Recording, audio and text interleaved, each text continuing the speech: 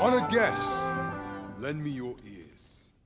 Well everyone, here we are, 10 plus years later after the original release of the first Dragon's Dogma back in 2012, a game that I absolutely loved and honestly never expected to get a sequel for, despite it actually not selling as bad as some people would make you think, selling roughly around 8 million copies since 2012, though I will say back when it originally released, it was somewhat overshadowed with how oddly stacked before and after its release was with RPGs, which featured games such as Skyrim, Dark Souls, Mass Effect 3, and Final Fantasy 13-2, to just name a few. That's some steep competition to deal with if you ask me. So it's no surprise it was looked at like a niche game, which I agree with considering Dragon's Dogma had some very interesting core design choices that were never made to please everyone, and fast forward to Dragon's Dogma 2, and those same core design philosophies still exist for better or for worse, which I can respect because outside of the indie game space, we rarely get games that try not to play it safe with such a large fear of losing money and having a game studio shut down. Which Dragon's Dogma 2 is anything but safe in almost every way. From traveling the world, fighting quests, and an odd approach to endgame, it really pulls no punches just like the first game. Though with saying that, I have no desire to sit here and compare Dragon's Dogma 2 to the original because it doesn't feel like a sequel to me. It feels more like a reimagining of what they wanted to do with the original, which I think they nailed despite Capcom not being able to get out of their way with some questionable business decisions. So with that said, I should warn you there will be spoilers in this video for various parts of the game, but now it's time to dive into whether or not Dragon's Dogma 2 is truly a worthy Game of the Year contender. Well, after booting up the game for the first time and noticing the lack of a number 2 in the title screen, I dove into its character creator, which is honestly one of the most impressive ones I've ever seen in any game. Which I know some will wonder why anyone even cares about this stuff. It's just a character creator, it doesn't affect what's important, which is gameplay. But that's the thing, you're not just creating your character, you're also creating your pawn, which is basically not only who will be the main companion in your party on your journey through this world, but is also part of one of the first big core systems in Dragon's Dogma that really does add a dynamic element to the gameplay in a way that really doesn't exist in basically any other game. So first off, when you're creating your pawn, you basically choose one of 4 personalities called inclinations for them, which affects how they behave in and out of battle. So for example, if you choose something like the simple inclination, your pawn will be more likely to discover secrets, gather resources, and even gift you items, where an inclination like straightforward will have your pawn rushing into battle and do a good job of holding aggro of an enemy. Then on top of these, you can unlock specializations for your pawns that gives them additional functions like managing your party's items to optimize weight and combine items for use in battles. Depending on how you pair these with a vocation, which is what classes are called, you can really optimize your pawn. For me, my favorite combo by the end of the game for my pawn was having her be a mage with a kind-hearted inclination, which leads to her being more focused on healing and supporting the group. Then I paired that with a word I know I can't pronounce correctly, Churigan specialization, which allows your pawn to use curatives on the group. And just like that, I had the ultimate support pawn, which led to me in my party basically never dying in battle, and hopefully the same applied for other players, because your pawn isn't just for you. Anyone playing Dragon's Dogma 2 that visits these giant rocks known as riftstones scattered throughout the land can call upon other players' pawns to join them in battle, which really adds this community-driven experience in the game, almost like you're playing a multiplayer game with other players, even though it's just their pawns. And I believe there's 2 big reasons it feels this way. First off, pawns actually learn as they travel the world, so if your pawn is hired by a player further in the game than you, or your pawn is just traveling in parts of the world where you haven't been yet, and vice versa with pawns you hire from other players, they will memorize the locations of things like caves, camps, and items. Heck, they will even memorize where to go for quests, which basically gives them the ability to guide you to these things or point them out while you're traveling. Also, your pawn will learn enemy weaknesses and how best to approach them in battle over time. So while that first dragon you fight might have your pawn running around like a chicken with its head cut off, by that 20th dragon, they are jumping on and stabbing it in its weak points. So it's really cool seeing this evolution of your pawn as it journeys with you and other players. Also, you can set up pawn quests where you reward other players for hiring your pawn and completing a task like killing a Cyclops. Plus, your pawns have no problem spilling the dirty secrets of whoever they traveled with, like that they only like traveling with a group of women. That reminds me. Ours is a party of women, by and large. And yet, no two of us are the same. Now, I should point out when your pawn is hired by other players, your pawn doesn't leave your side. It's like a clone of it is out there doing work, and you only get the benefits of that work after it's been dismissed by that player, and you rest at an inn or in one of your player homes, which earns you Rift Crystals, which can be used to buy various items that have various effects, like changing your pawn's inclination or a character re-edit. Also, Rift Crystals can be used to hire pawns that are higher level than you, but this gets expensive pretty quickly and honestly not worth wasting them on, which I'll add a little more to this later. Then finally, when dismissing a pawn, you can send items with them of your choice and leave a rating, so you could be a nice guy or be that asshole who sends back some rotten food or a forgery of an item. Yes, that's right, you can make fake versions of any item in the game basically, which leads to some fun trolling. But that's enough about pawns. Let's move on to the combat in the world it takes place in. So the combat in Dragon's Dogma starts and stops first with the various vocations available to you and the pawns in your party, each boosting their own strengths and weaknesses that when building your party you want to respect. That way you give yourself the best chance of survival, and these various vocations are pretty customizable as you level them up, because you see, when leveling up vocations, which is done by earning discipline XP through combat, you will unlock skills, core skills, and augments. Skills are your main abilities you will deploy in combat the most, which you can equip up to 4 of and are class dependent. These feature abilities like allowing the thief to dish out heavy damage by spinning like a Beyblade, or allowing a sorcerer to drop lightning from the sky. Then you have core skills that are also class dependent that are always available for a class to use, which features stuff like allowing archers to run up and kick off an enemy to get some distance in a tight spot. Finally, you have your augments, and while each class has their own set of augments you unlock as you level them up, these augments, which you're allowed to equip up to 6 of them, can be used with any class, and they feature some basic passives like more health or stamina, to more interesting ones like having enemies less likely to attack you while riding an ox cart, or making it easier to basically romance someone. So the game does a really good job of making it worth leveling up all the classes, at least it did for me. Unlocking these various augments and experimenting with them with different vocations was so much fun. It really allowed me to grasp what each vocation was trying to be, and I initially didn't even plan to fully level up all vocations before making this video, but I was having so much fun and decided it would be probably better that I made sure I understood that progression of classes from start to finish, which led to me changing my opinion on some of the classes, like the new Trickster class. When I initially tried it, I really disliked it and dropped it right away over its lack of damage and feeling like it was too situational dependent. But on my quest to unlock all the augments, I decided to go back and give it another try. Now it's one of my favorite classes, and instead of sitting here talking about how much I disliked it, I now feel confident in saying it's one of the best classes in the game. So how the Trickster class works is it relies on deceiving enemies in battle. So for example, you're able to make this cloud-like clone of yourself that aggroes all enemies in the vicinity that you entice with your smoke-like abilities. And this clone can take a certain amount of damage before disappearing. And this one ability is what makes this class shine when you truly understand how broken it is, because you can place it in spots enemies can't reach, allowing your party free reign to kill everything. It can also create walls enemies can't pass, allowing you to protect your sorcerer while they charge up a devastating magic attack, or even buff your allies so they can do extra damage.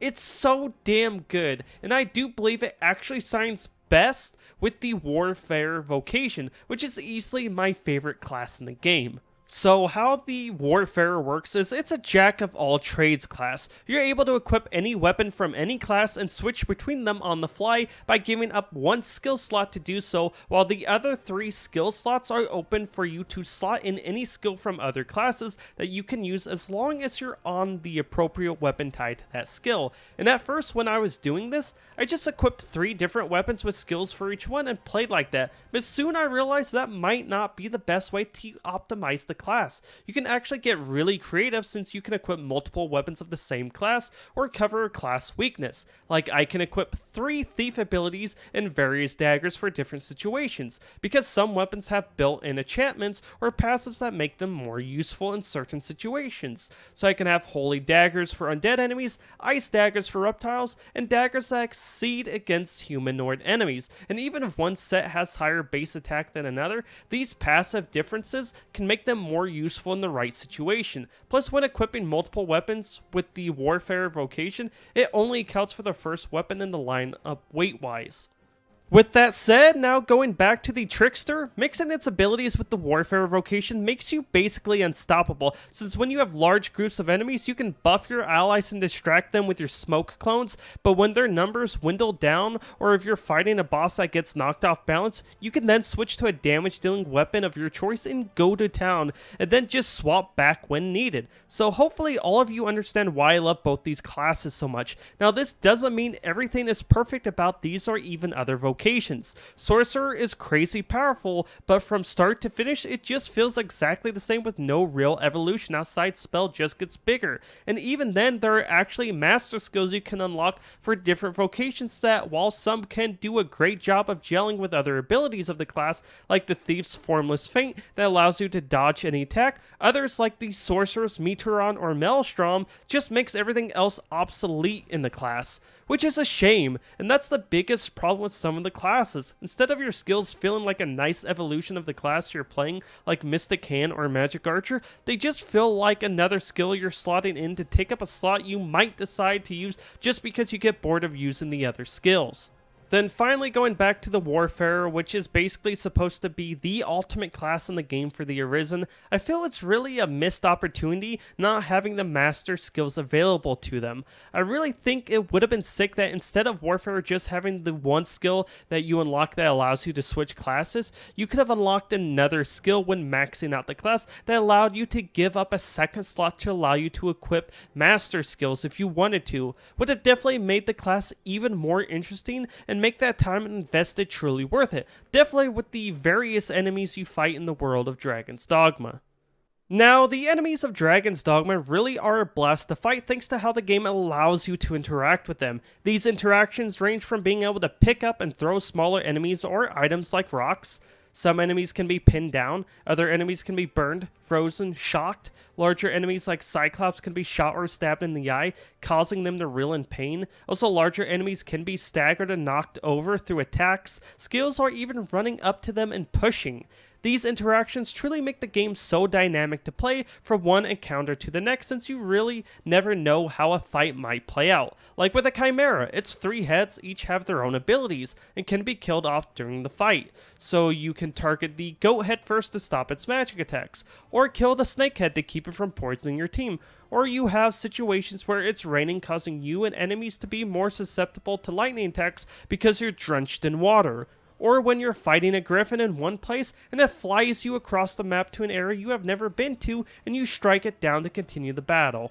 Also, NPCs and other players' pawns just wander throughout the world, so you may find them engaged in battle or joining you in battle randomly, which is so cool. Even bridges can be struck down, dropping enemies to their deaths. All of these dynamic elements really makes Dragon's Dogma 2's combat shine, and also why I love exploring the world so much. Since the entire map is seamless, you can go in and out of caves, fly across the map like I just mentioned, go through towns, and so on with no loading, which really gives the world this feeling of being alive. Plus, it actually has a true nighttime, which I wish more games would do. It's so dark when moving around at night that you can hardly see a thing. I love it thanks to the way it makes you paranoid about what might be around the next corner. Definitely when you consider no matter what you're doing, you're not necessarily safe. Inside a town shopping or resting up, you could get attacked by something like a group of Saurians or a dragon and watch as the town comes together to fight it off. Taking an ox cart from the city of Vernsworth to Melv, get attacked and have to protect the ox cart from being destroyed alongside the soldiers escorting it. I love all of it, and it really gives you that group fantasy adventure vibe that shows like the anime free rent gives off that you want to experience. Unfortunately, it's not all sunshine all the time, and it does have its issues.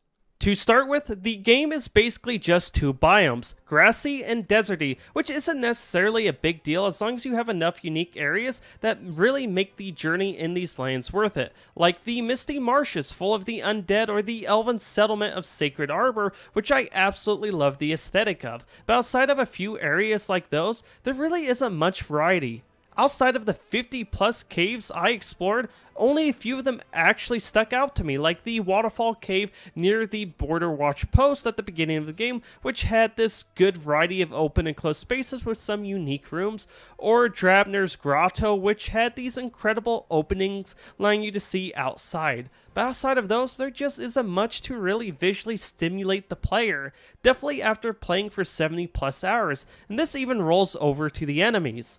While it never got old for me fighting the larger enemies like minotaurs or griffins, the general enemy variety is terrible to me. Like, I don't know how any of you feel about it, but for me, a variation of an enemy is not a different enemy to me unless it really feels different to play against. But it doesn't really feel that way in Dragon's Dogma. A harpy is a harpy. It flies around and annoys the shit out of me. Wolves are wolves. They drag me across the ground and annoy the shit out of me regardless of what color they are. Though it is oddly funny at times. But the point I'm making is I really wish we just had more enemy types inside the game. You basically experience everything the game has to offer enemy-wise in the first main area of the game before crossing the border to the second main area of Batal, give or take a couple of enemies, and this is also an issue with the story and side quests as well. The main story of Dragon's Dogma is basically you get your heart ripped out by a dragon making you an Arisen, the rightful ruler of Vernsworth, and commander of pawns, which leads to you going on a journey to kill said dragon in a cycle that constantly repeats itself while trying to expose the fake ruler that sits on the throne. But the story never really had a satisfying payoff for me because of the lack of truly epic story moments. Like, it's fun going around exploring and fighting giant monsters, but sometimes it's nice having those story moments that conclude in an epic, one-of-a-kind boss fight that are just so much fun that it makes you want to replay the story just to experience them again, which to me really hurts the replayability of the story not having any of that. Once you've done everything once, there's nothing about the story that I just can't see myself being excited about doing again, since the cast of characters felt so shallow in the delivery of not only their voice lines and animations, but story arcs as well. Minus a few characters like Ulrika, who has some pretty cool moments with the Arisen, which makes you care about her somewhat, or a few of the side quests like the Sphinx questline, which is one of the coolest things I've played in a video game in terms of creativity. Solving those riddles through obscure challenges really was a one-of-a-kind experience in this game that I really do wish the main story would have had. And even the few truly one-of-a-kind moments in the story are kind of disappointing. The fight against the giant Talus monster is boring despite being a cool spectacle, since you're really never in any danger when fighting it since it's not actively trying to kill you. Then the final dragon fight just feels like another dragon fight, but it's a bigger dragon with no real build up to it once you enter the final area of Moonglint Tower, which was super disappointing. This should have been an epic tower full of tough monsters you had to battle through to get to the top. Instead, you got a couple rooms and a few fights against some humans, with an okay little twist I saw coming from a mile away.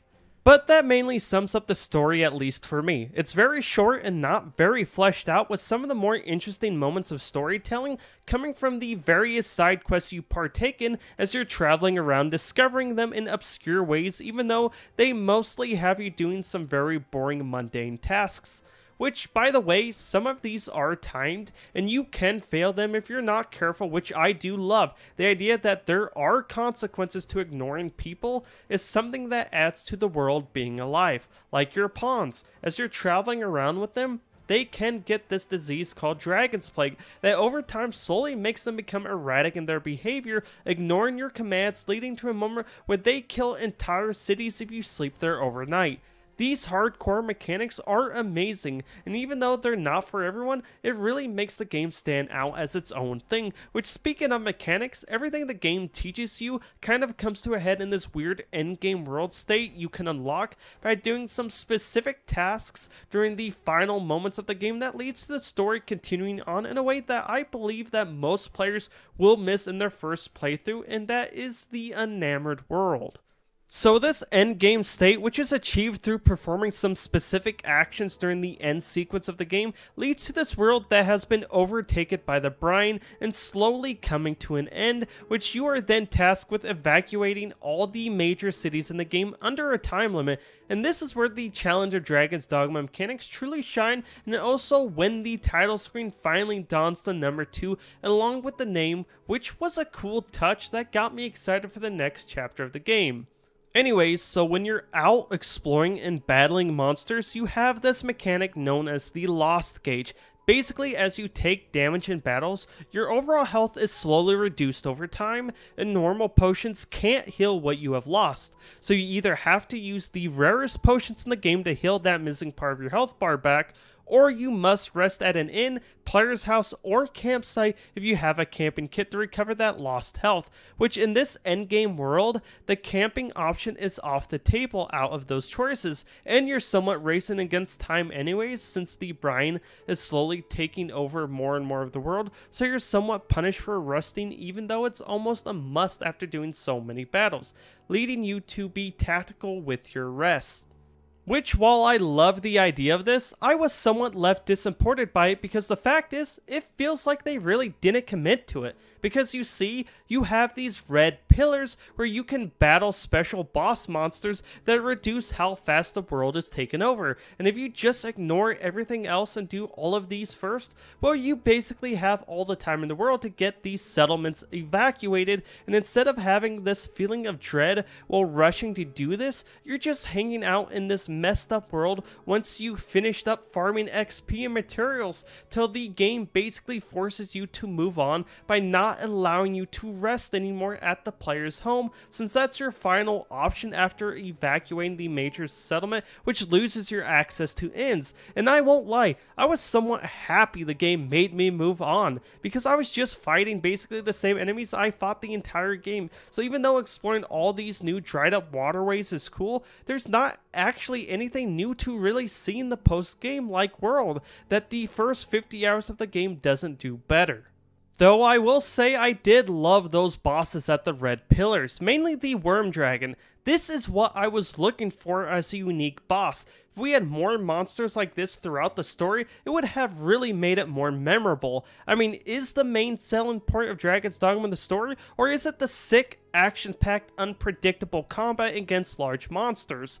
I would lean towards the latter, with the first option being a bonus if done well, which is why I was disappointed we didn't have a true final boss fight at the end of the Enamored World. Instead, it's just kind of like an interactive cutscene that leads to the ending, which to me was a missed opportunity. If we had a real fight and gets the dragon while riding on his back as a send-off, that would have been incredible. Then switching over to performance for a second, I played on the Xbox Series X and the game didn't run the best, with the biggest issues coming from the various towns. That is where I would get the biggest frame drops thanks to all the NPCs walking around.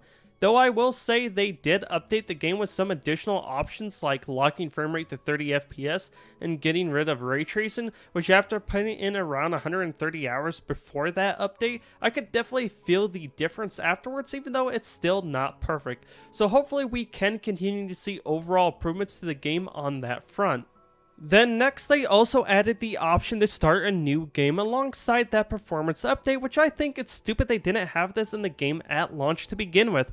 Like, it never crossed your mind someone might want to start a new game from scratch, and I know some people will say something along the lines of, well, hey, you know, that's what New Game Plus is for. Why do you need to start a new game when that basically acts as a new game? Which isn't necessarily wrong, since for some reason, nothing changes in New Game Plus. Everything is exactly the same as your first playthrough, which was an odd choice for sure, instead of at least making the enemy stronger, but allowing players to start a new game opens it up for those who want to do speedruns or some kind of challenge run, which are popular with games like this, and it adds some serious replayability in a different kind of way. Then of course, I couldn't end this video without talking about the hottest topic that dominated the headlines for Dragon's Dogma 2, the microtransactions.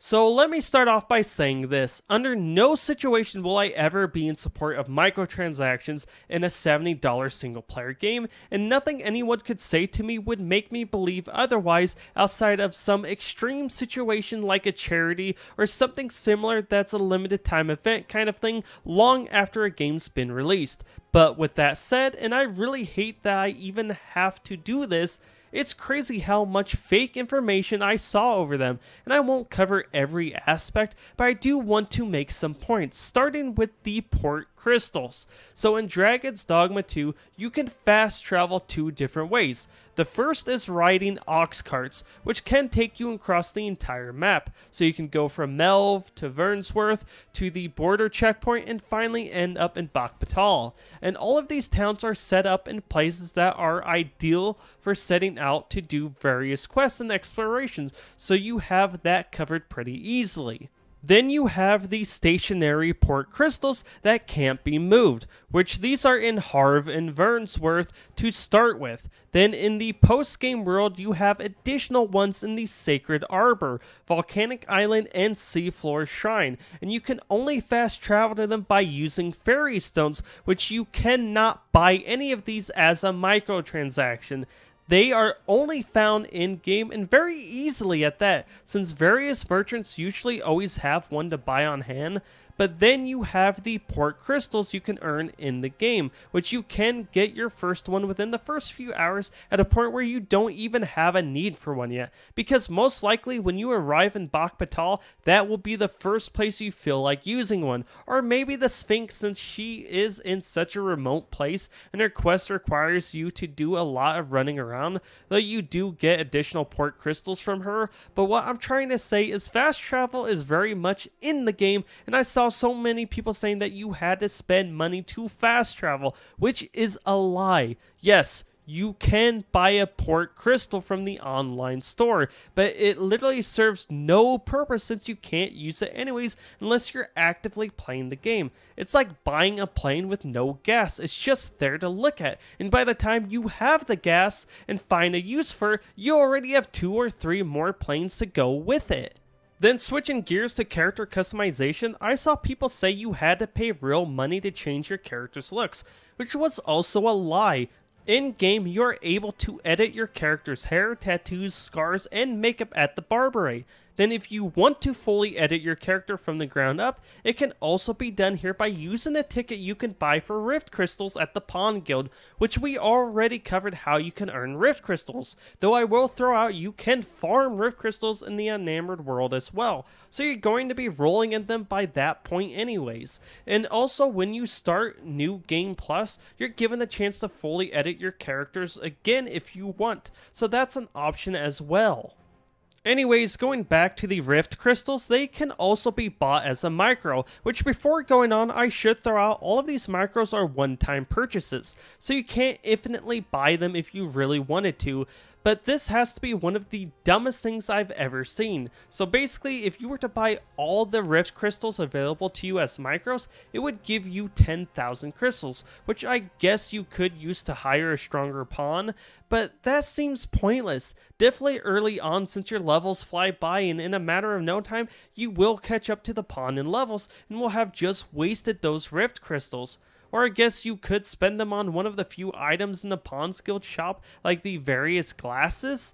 But if you're that nervous to unlock something like that early, I just think you have some issues that you need to get sorted out, and it almost makes me want to make a video on the various aspects of microtransactions and how they affect people's minds, because I don't understand the logical point of wanting to rush through a single player game if possible, or even unlock these like cosmetic items early in a single player game. It's just such a weird concept to me, though I will say at no point does Dragon's Dogma 2 feel like that it was designed with micros in mind. They feel haphazardly thrown in classic Capcom fashion because some higher-ups told the devs to do it. But anyways, despite all the issues I had with Dragon's Dogma 2, I still absolutely enjoyed the hell out of it and would recommend it to anyone despite its flaws, because I do believe even with how low the lows can get, the highs are so high, it makes everything else that comes with it worth it, which is why I can easily see a lot of people having this as their game of the year, and why I expect to see it on countless game of the year lists, because that odd charm it has in its design philosophies really is unlike any other game, and I believe that alone makes it a worthy contender. But will it make my game of the year list? Guess we'll find out in December. Thanks for watching, everyone.